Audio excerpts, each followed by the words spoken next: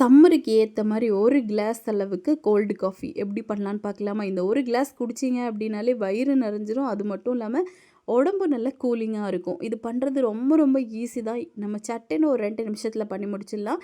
இப்போ வாங்க எப்படி பண்ணலான்னு பார்க்கலாம். இதுக்காக ஒரு பவுல் எடுத்துகிட்டு இதில் 2 டேபிள் ஸ்பூன் அளவுக்கு காஃபி பவுடர் சேர்த்துருக்கோங்க.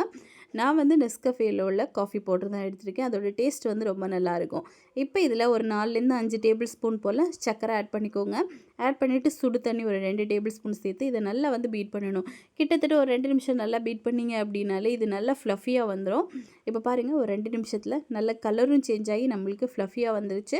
இதை மாற்றி வச்சுட்டு ஒரு மிக்ஸி ஜாரில் 1/4 கப் அளவுக்கு சுகர், நம்ம இப்போ ரெடி பண்ணி வச்சுருந்த அந்த காஃபி மிக்ஸு இது ஒரு 3 டேபிள் ஸ்பூன், அப்புறமா ஃப்ரிட்ஜிலேருந்து எடுத்த பால், நல்ல கூலிங்காக இருக்கக்கூடிய பால் 1 கப்பு சேர்த்து நல்லா பிளெண்ட் பண்ணி எடுத்துகிட்டு வந்துடலாம்.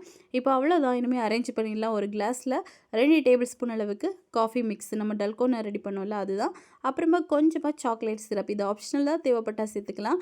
அப்புறமா நம்ம இப்போ ரெடி பண்ண அந்த பாலையும் உள்ளே விட்டுட்டு ஒரு ஸ்பூன் அளவுக்கு கூட அந்த காஃபி மிக்ஸையும் மேலே தூவிக்கோங்க. தேவைப்பட்டால் சாக்கோ சிப்ஸும் போட்டு சர்வ் பண்ணிங்கன்னா ரொம்ப டேஸ்டியான கோல்டு காஃபி ரெடி ஆயிடுச்சு. ஸோ கண்டிப்பாக ட்ரை பண்ணிவிட்டு எப்படி இருந்துச்சுன்னு கமெண்ட் பண்ணுங்கள். நம்ம சேனலையும் சப்ஸ்கிரைப் பண்ணி சப்போர்ட் பண்ணுங்கள். தேங்க்யூ.